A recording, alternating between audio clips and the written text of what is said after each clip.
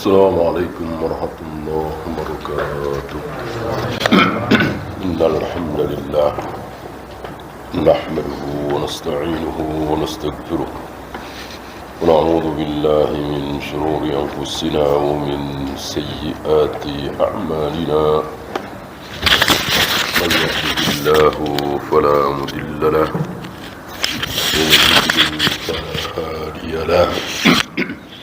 أشهد أن لا إله إلا الله وحده لا شريك له وأشهد أن محمدا عبده ورسوله وبعد.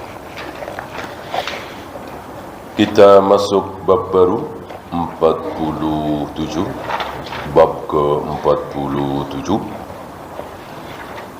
Alamatu hubbillahi ta'ala, tanda-tanda kecintaan Allah. Artinya tanda-tanda orang yang dicintai oleh Allah, bukan tanda-tanda orang yang mencintai Allah. Kalau mencintai, semua orang bisa mengaku. Tapi kalau dicintai, tahu dari mana? Iya kan? Tahu dari mana? Kalau mencintai, saya bisa ngomong, antum bisa ngomong, aku cinta kepada Allah dan Rasulnya. Siapapun bisa mengaku. Tapi ini dicintai Allah, tahu dari mana? Makanya ada tandanya. Siapa tahu tanda itu ada di diri antum. Ya, maka berbahagia kita, berbangga kita, bersyukur kita, walaupun mungkin rumah masih ngontrak, mobil tidak punya, bahkan motor juga nggak punya. Tapi ada tanda-tanda bahwa Allah mencintai kita. Saya kira kecil itu. Puluhan tahun di Jakarta masih ngontrak, boro-boro kebeli kendaraan, tapi ada tanda bahwa Allah mencintai kita. Saya kira kecil itu. Kita miskin seperti itu, saya kira kecil. Ya. Sebaliknya harta melimpah ruah, tapi ada tanda-tanda bahwa Allah murka terhadap kita, benci terhadap kita, tentu menangis kita, musibah besar. Ya. Alamatu hubbillahi lil abdi, tanda-tanda Allah mencintai seorang hamba, wal hathu ala takhalluqi biha was-sa'yu fi tahsiliha. Termasuk akan dibahas di bab ini apa yang merangsang kita untuk melakukan sesuatu supaya Allah mencintai kita. Ya. Beliau awali dengan ucapan Ibnu Qayyim. Dalam hal ini Ibnu Qayyim seolah spesialisasinya ya, tentang bagaimana kecintaan terhadap Allah. Ibnu Qayyim banyak menulis seperti ini. Mungkin ya, bisa benar bisa tidak. Mungkin beliau pernah menjadi sufi. Ya. Oleh karena itu Syahalbani ragu kalau kitab beliau yang berjudul Ar-Ruh itu betul-betul tulisan beliau. Karena beda sekali dengan kitab-kitab beliau seperti Zadul Ma'ad, kemudian kitab-kitab Madarus Salikin, kemudian Miftah Daris Sa'adah, ratusan kitab beliau ya kan. Sampai Ibnu Hajar pernah mengatakan saat membela Syekhul Islam Ibn Taimiyah yang banyak dicaci maki, dihujat, dijelek-jelekkan oleh orang-orang awam, orang-orang bodoh, maka dibela oleh Ibnu Hajar.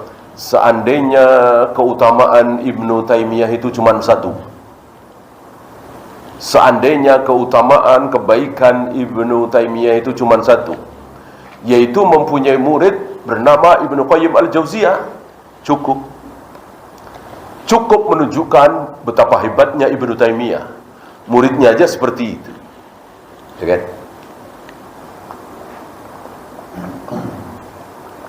Gimana gurunya kan gitu. Nah, kitab Ar-Ruh yang katanya ditulis oleh Ibnu Qayyim jauh sekali dengan kitab-kitab beliau yang lain. Ya, di mana yang lain itu penuh dengan hujah, penuh dengan ayat, hadis, riwayat dan seterusnya. Adapun kitab Ar-Ruh enggak ada hujah. Seolah dengan seenaknya mengatakan roh orang yang mati itu kadang-kadang keluar dari kuburnya, kemudian duduk-duduk bersama dengan roh-roh yang lain. Kemudian mereka mengatakan ini sudah mau subuh, mari kita masuk lagi. Ya kayak cerita-cerita murahan begitu, tanpa dalil, tanpa ayat, tanpa hadis, tanpa hujjah.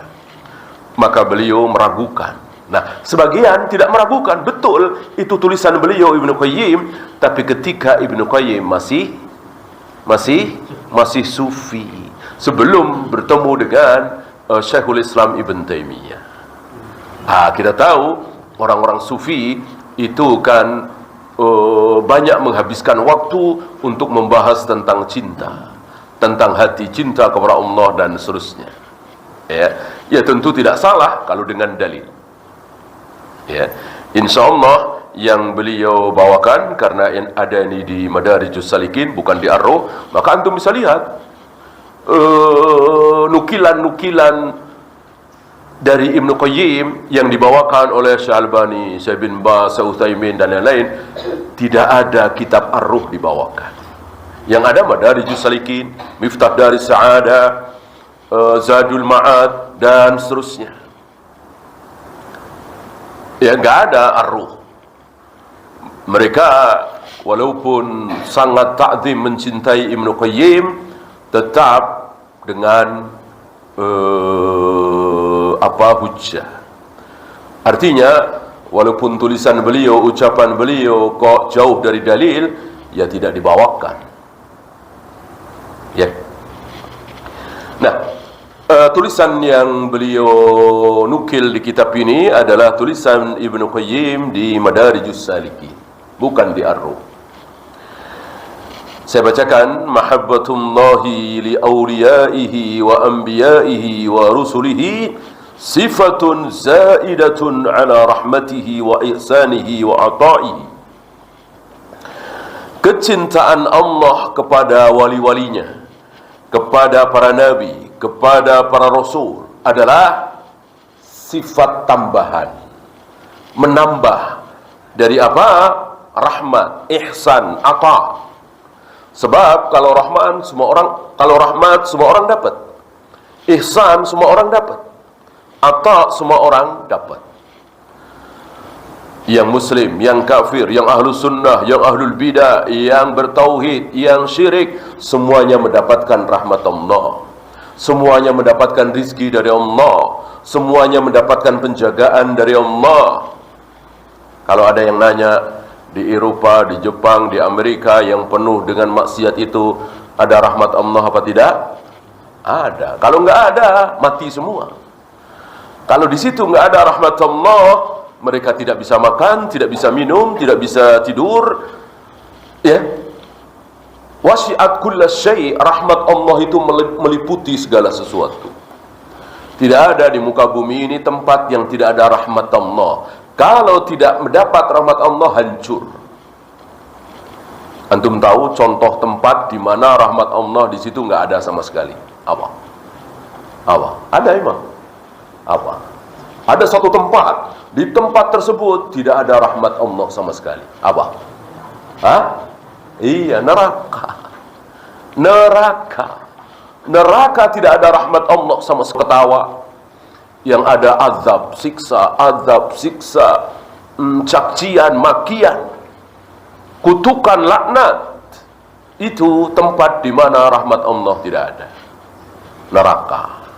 Adapun di dunia ini enggak ada tempat yang tidak diliputi oleh rahmat Allah.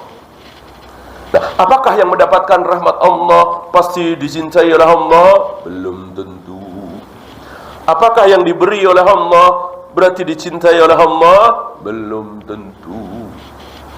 Apakah yang dibikin ihsan oleh Allah, diperbaiki, nyaman, tenang, aman, damai, berarti Allah cinta kepada mereka? Belum tentu. Maka dikatakan di sini sifatun zaidatun.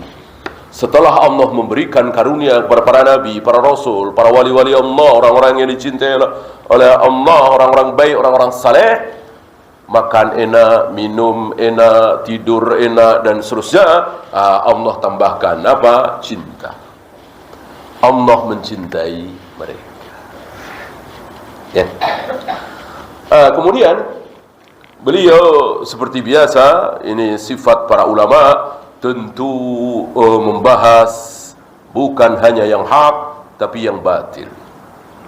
Salah satu sifat ulama Ahlus Sunnah bukan hanya membahas tauhid, tapi juga membahas syirik. Bukan cuma membahas sunnah, tapi juga membahas bid'ah. Bukan cuma membahas ketaatan, tapi juga membahas kemaksiatan. Itu ulama Ahlus Sunnah.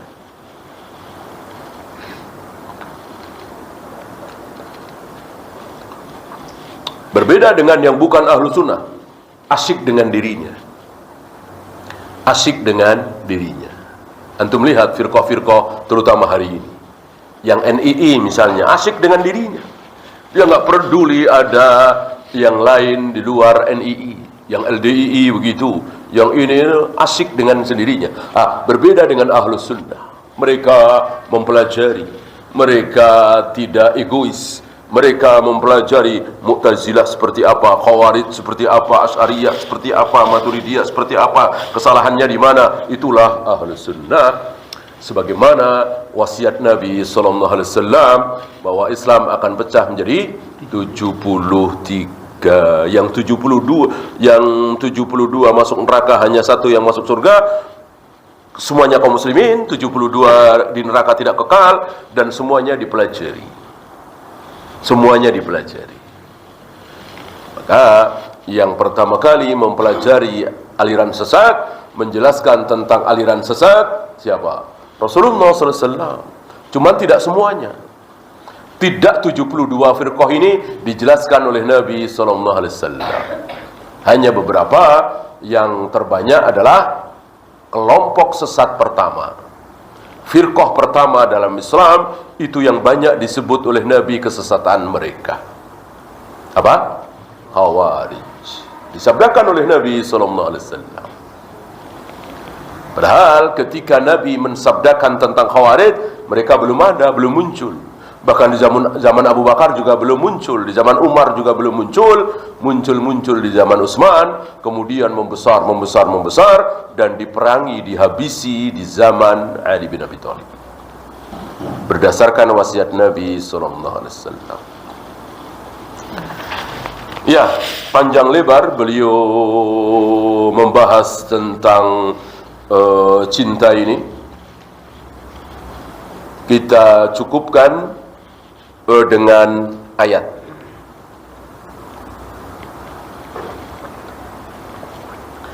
Yang pertama beliau bawakan adalah ayat 31 dari surah Ali Imran. Qala Allah Ta'ala, Kul, katakan.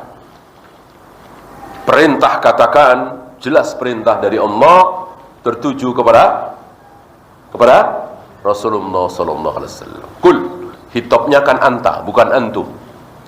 Kalau antum kan bukan kul, tapi kulu, ya kan? Ijlis, ijlisa, ijlisu, ijlisi, ijlisa, ijlisna. Ini ijlis, perintah kepada satu orang. Kul, siapa? Siapa lagi kalau bukan Nabi Muhammad SAW? Kul, Muhammad katakan kepada semua orang, terutama kepada kaum muslimin, in kuntum tuhibbunallah, jika kalian mengaku cinta kepada Allah. Mungkin enggak ada di antara kita yang tidak mengaku cinta kepada Allah, Saya enggak cinta kepada Allah. Saya enggak cinta kepada Allah. Saya kira enggak ada yang nekat mengucapkan kalimat itu. seburuk-buruk seorang muslim, betapa besar maksiatnya, insya Allah dia akan mengatakan aku cinta kepada Allah. Gitu ya. Nah, jika kalian mengaku cinta kepada Allah, maka fattabi'uni, ikutilah aku. Ikutilah aku. Akunya siapa? Rasulullah sallallahu alaihi wasallam. Coba saya kira para habaib, para tokoh-tokoh Islam yang begitu semangat merayakan Maulid Nabi dengan alasan cinta kepada Nabi, cinta kepada Allah tentunya, apa enggak baca ayat ini? Ya, ini bahayanya syubhat ya. Bahayanya syubhat. Ayat di depan mata, hadis di depan mata, dan dia yakin ayat enggak mungkin salah, hadisnya sahih riwayat Bukhari Muslim. Tapi karena sudah dicekoki dari kecil, seolah gurunya nggak mungkin salah, seolah syekhnya, madhabnya nggak mungkin salah. Ya, berarti dengan kata lain ini ayatnya yang salah. Innalillah. Ya kan? Untuk cinta kepada Allah, cinta kepada Rasulullah, caranya ikuti aku, ikuti Rasulullah. Bukan merayakan kelahiran Nabi sallallahu alaihi wasallam. Mereka punya kaidah baru di sini. Jika kalian mengaku cinta kepada Allah dan Rasul, ya ingat-ingatlah hari kelahiran Rasulullah. Harusnya enggak ada. Harusnya ganti seperti itu. Sebutlah namaku, gitu. Besarkanlah aku, misalnya. Ya, ingat-ingatlah tanggal-tanggal yang ada pada diriku, kapan aku lahir, kapan aku mati, kapan aku hijrah.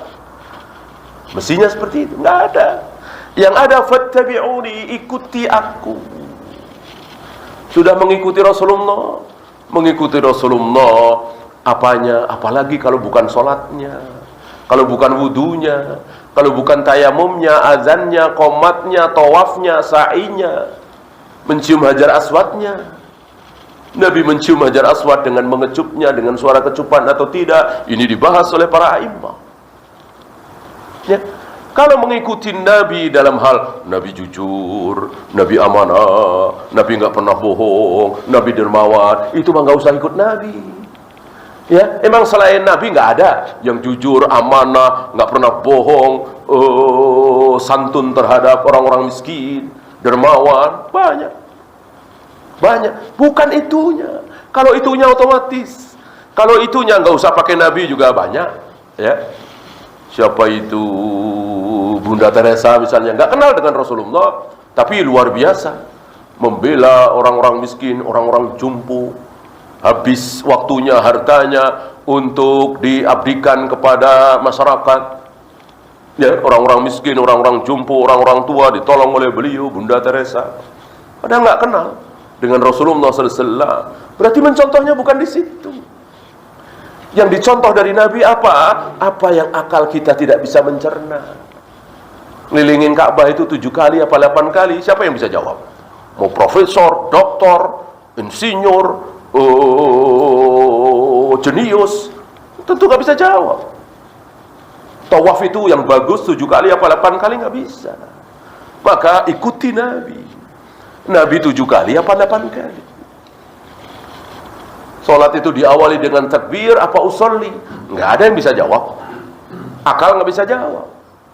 Maka lihat Nabi mengawali salat dengan takbiratul ihram apa usolli. Ya. Orang mati itu ditahlilkan apa tidak? 3 hari, 7 hari, 40 hari, 100 hari. Nggak ada yang bisa jawab. Maka lihatlah Nabi mentahlilkan kematian apa tidak. Kan kematian di zaman Nabi banyak sekali.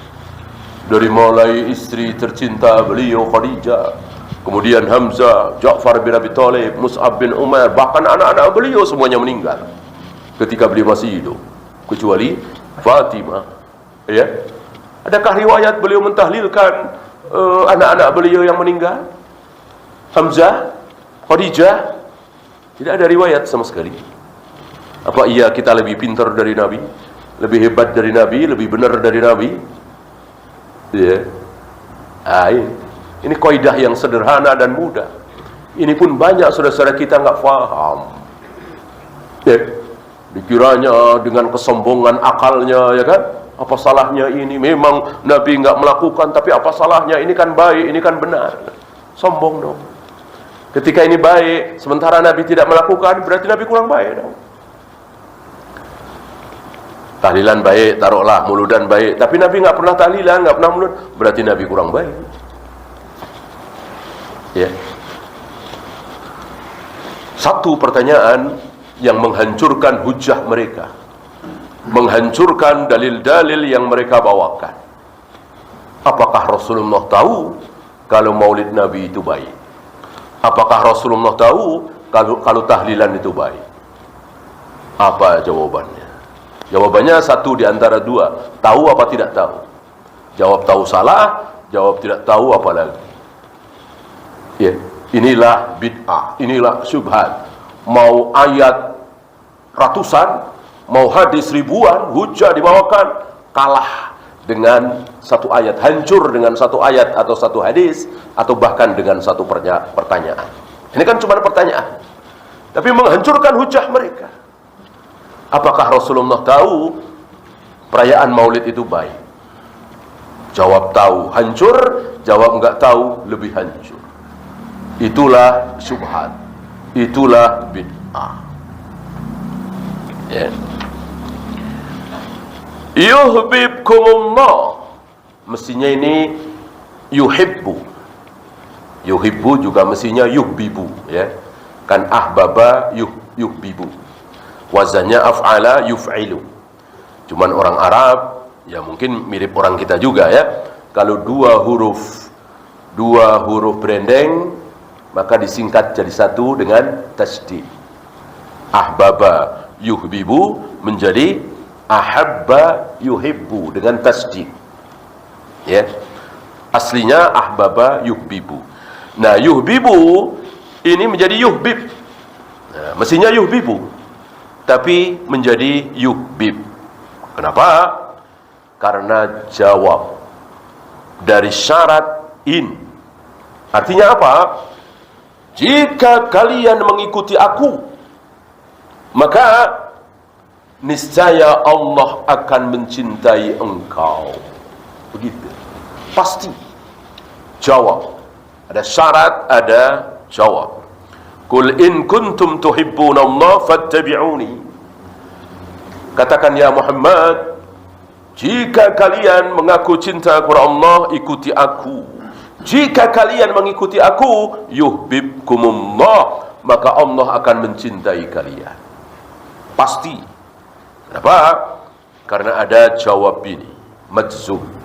Mestinya yuhbibu menjadi yuhbib.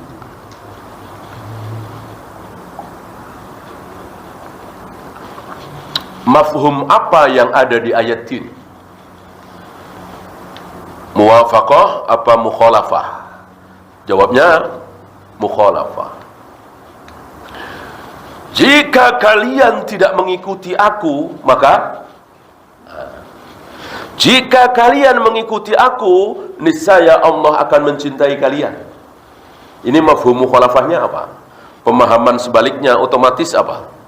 Jika kalian tidak mau mengikuti aku, niscaya Allah tidak akan cinta kepada kalian. Ya.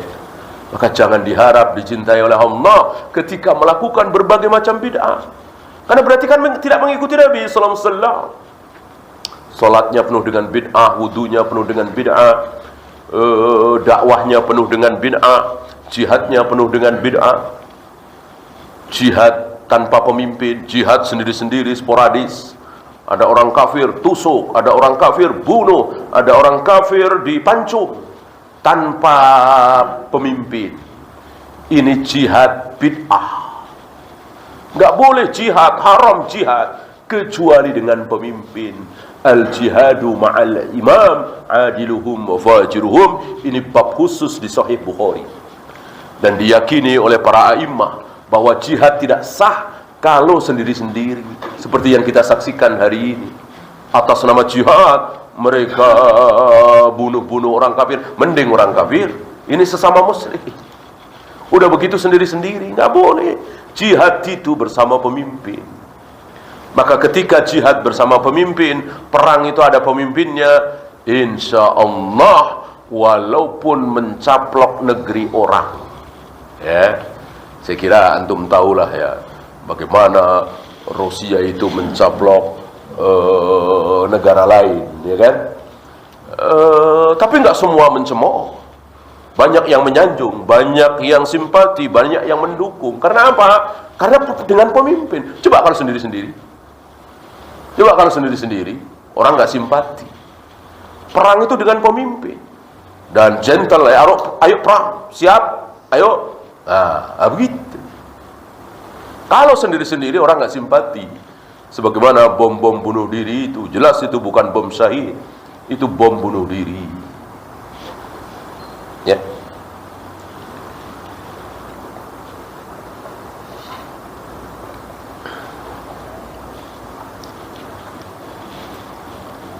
Nah, ketika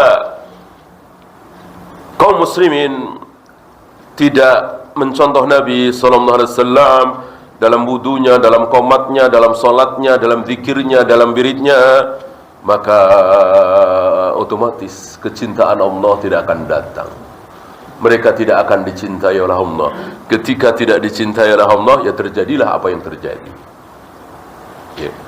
Berbagai macam musibah, berbagai macam bencana Allah timpakan kepada kaum muslimin yang tidak mengikuti manhaj Nabi sallallahu alaihi wasallam. Kemudian yaghfir, mestinya yaghfiru. Ghafara yaghfiru, ya kan? Mengampuni. Ini yaghfir. Majzum. Kenapa? Sama dengan tadi, ini jawab. Niscaya Allah akan mencintai kalian dan niscaya Allah akan mengampuni dosa-dosa kalian. Nah, gitu. Maka harapan besar kita, dosa-dosa kita diampuni oleh Allah, harapan besar. Ketika apa? Wudu kita, solat kita, tayamum kita, wudu kita, azan, qomat kita, tawaf, sa'i kita sama dengan cara Nabi, mengikuti Nabi sallallahu alaihi wasallam. Masih ingat seorang laki-laki yang berbuat kurang ajar kepada seorang wanita tapi belum berzina, lapor kepada Nabi, ya Rasul, hakim alayyal had, tegakkan hukuman terhadap diriku. Kenapa?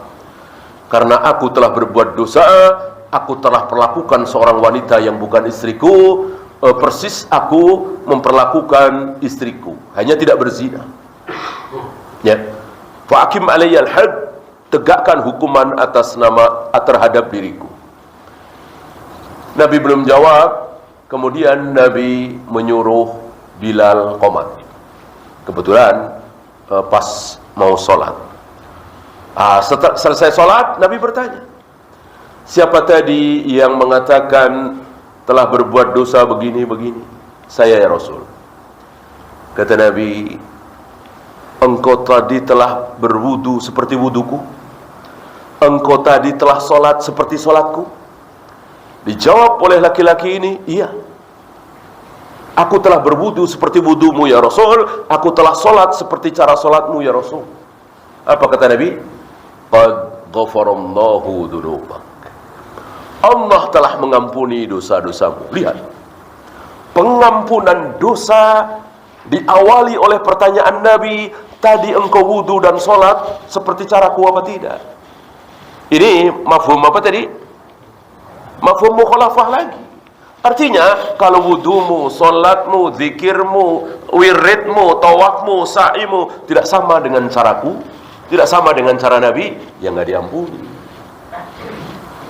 Ini luar biasa keutamaan sunnah, menyebabkan dosa-dosa kita diampuni. Yaghfir lakum dzunubakum.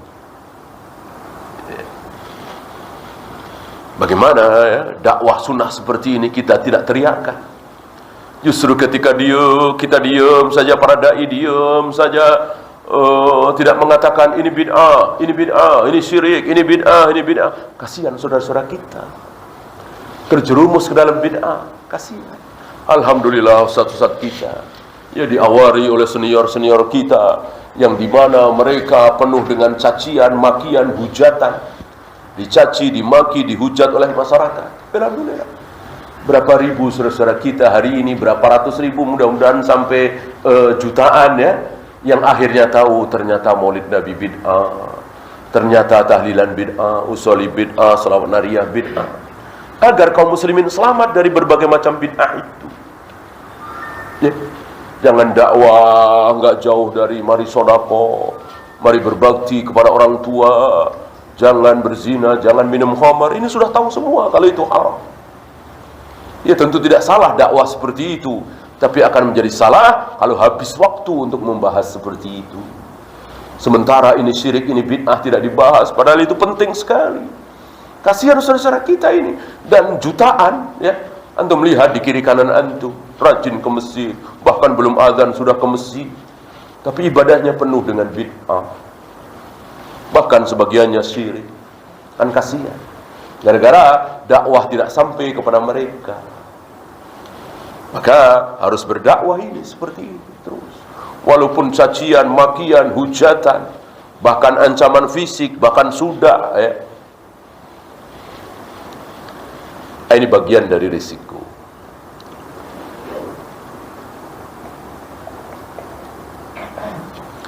Dan tidak boleh risiko ini menjadikan kita mundur.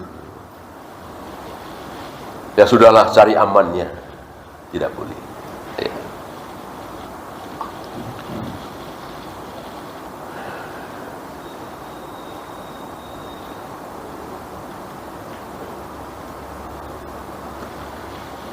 Fahadhil ayatu, ini keterangan dari beliau ya, saya bacakan. Fahadhil ayatu hakimatun ala kulli man idda'a mahabbatallah wa laysa huwa ala tariqatil muhammadiyyati. Ayat di atas menjadi hakim, menjadi penentu, menghakimi semua orang yang mengaku cinta kepada Allah sementara dia tidak berada di jalan Rasulullah sallallahu alaihi wasallam. Ngaku doang cinta kepada Allah, salatnya beda dengan cara salat Nabi, puasanya, zikirnya, wiridnya. Nabi tidak pernah mencontohkan zikir berjamaah dipimpin oleh satu orang. Mereka dengan bangganya melakukan zikir berjamaah dipimpin oleh satu orang. Ya. Bi annahu kadzibun fi da'wahu, berarti dia dusta dalam pengakuannya, itu dusta, betul-betul dusta, bohong, hanya ngaku-ngaku doang.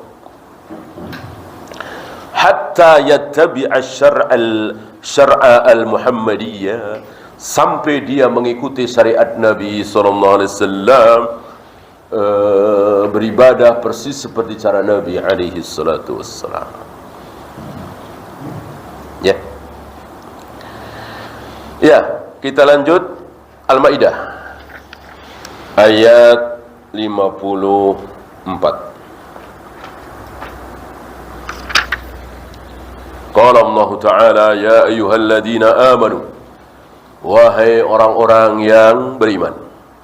Masih ingat ucapan Ibnu Mas'ud ya tentang ya ayyuhalladzina amanu. May yartadda minkum an dinihi, barang siapa dari kalian yang murtad dari agama ini, dari Islam, keluar dari Islam, fasawfa ya'tillahu biqaumin, maka kelak Allah akan mendatangkan satu kaum. Bagaimana keadaan kaum ini? Yuhibbuhum wa yuhibbunah, adillatin 'alal mu'minin, a'izzatin 'alal kafirin, yujahiduna fi sabilillahi wa la yakhafuna laumata laim. 6 ciri kaum yang akan didatangkan oleh Allah sebagai ancaman seandainya di antara kalian ada yang murtad. Ada apa tidak? Ada kan? Ada. Sepeninggal Nabi, orang-orang, bukan sahabat ya, enggak boleh dibilang sahabat, Sepeninggal Nabi, orang-orang yang dulu pernah sholat di belakang Nabi, jihad bersama Nabi, makan bareng Nabi, dan seterusnya, sebagian murtad. Sahabat, bukan. Anda masih ingat ta'rif sahabat, definisi sahabat? Bukan 2, tapi 3. 1, bertemu dengan Nabi. 2, ketika bertemu dengan Nabi itu dalam keadaan muslim. Kalau bertemu dengan Nabi dalam keadaan kafir, Nabi wafat baru muslim, bukan sahabat. Bertemu dengan Nabi dalam keadaan muslim. Satu lagi. Satu lagi, mati dalam keadaan muslim. Kalau mati dalam keadaan kafir, ya bukan sahabat. Walaupun ada itu, walaupun tidak banyak. Ya. Maka ketika Nabi di telaga Haud, beliau memanggil-manggil, ashabi, ashabi, wahai sahabatku, wahai para sahabatku, kemarilah. Mereka bukan sahabatmu. Engkau tidak tahu apa yang mereka perbuat sepeninggalmu. Apa? Murtad tadi. Seingat Nabi, orang-orang ini sholat di belakang beliau, jihad bersama beliau. Beliau tidak tahu setelah beliau wafat, orang-orang ini murtad. Sahabat? Bukan. Ya. Sekaligus menunjukkan Nabi tidak tahu keadaan umat ini ketika beliau wafat. Tidak seperti sebagian tarekat-tarekat sufiyah batiniyah yang meyakini bahwa Nabi tahu, melihat keadaan kita semua. Bukan cuma melihat, bahkan ikut ngatur. Bahkan diberi hak oleh Allah untuk melariskan dagangan si fulan, untuk menyembuhkan si fulan, untuk memberikan kebahagiaan kepada si fulan. Innalillah. Ini syirik yang luar biasa, menyekutukan Allah dengan Rasulullah sallallahu alaihi wasallam.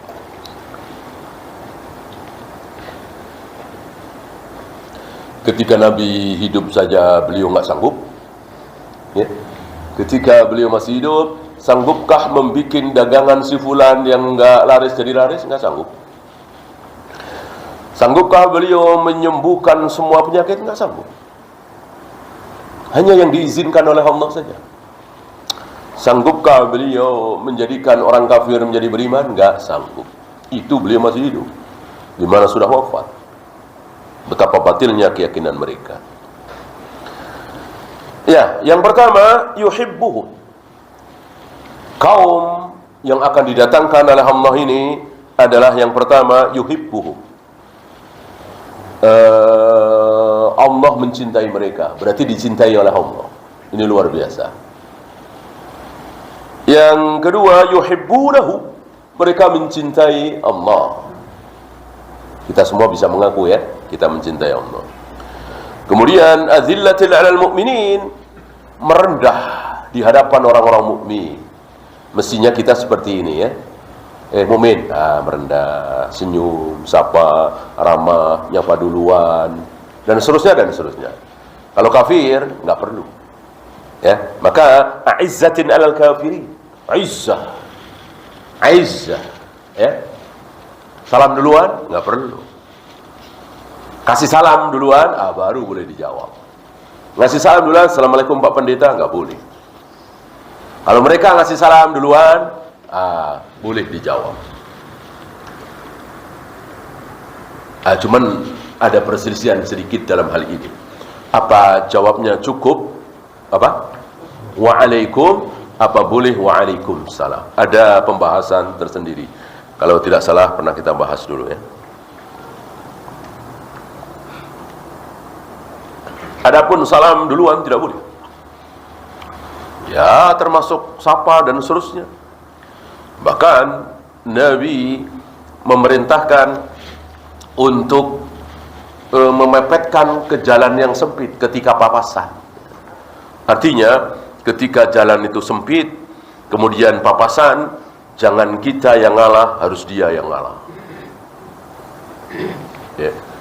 Gimana ini kalau diketahui oleh orang-orang yang apa istilahnya gila toleransi, ya kan?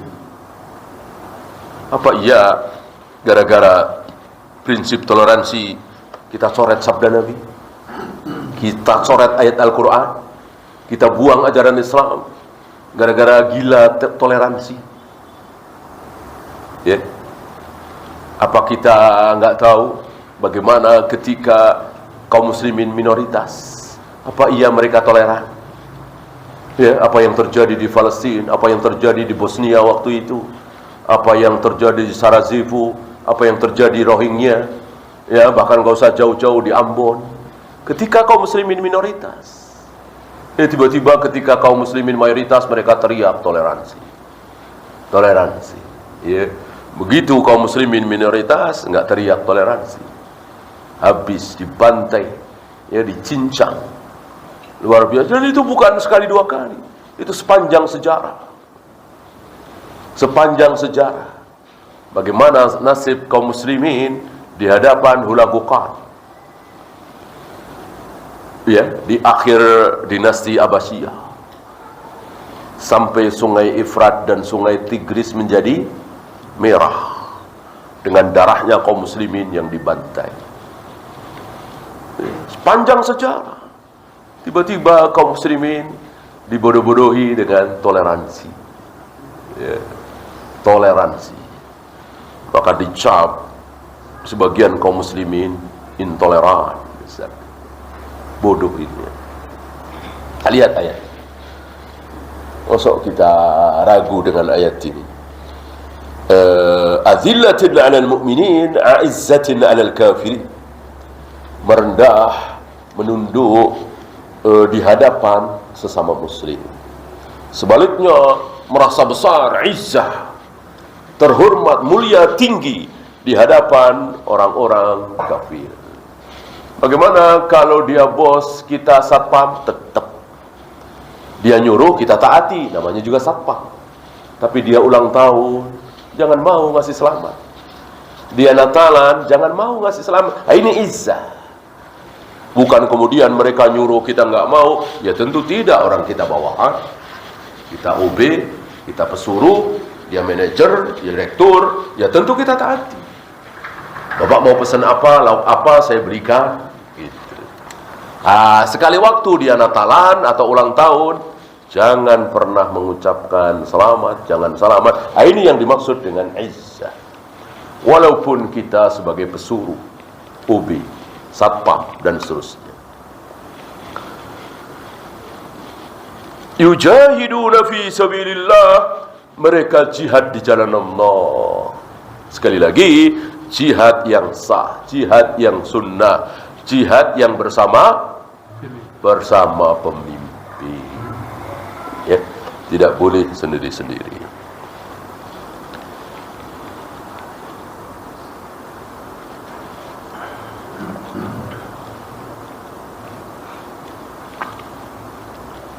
Wala yakhafuna laumata laim. Ini yang penting nih, ya.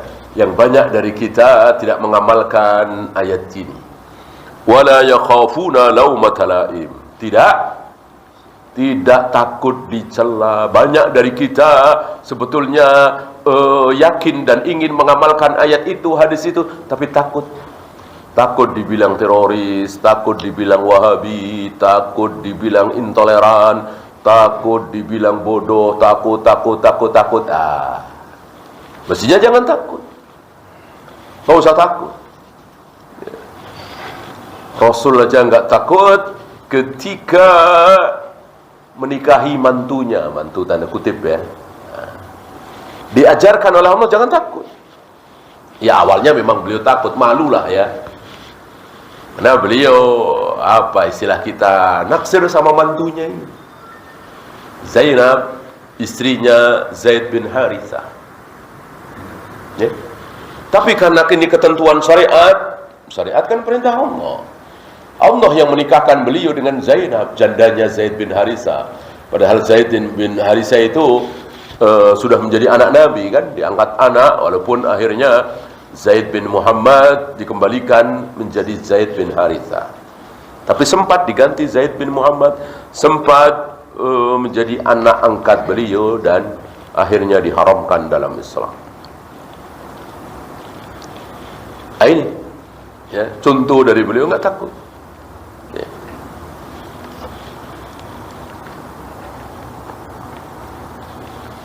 Nah, banyak dari kita yang terlalu banyak berfikir. Takut, ya. Dzalika fadlullahi yu'tihi man yasha' wallahu wasi'un 'alim.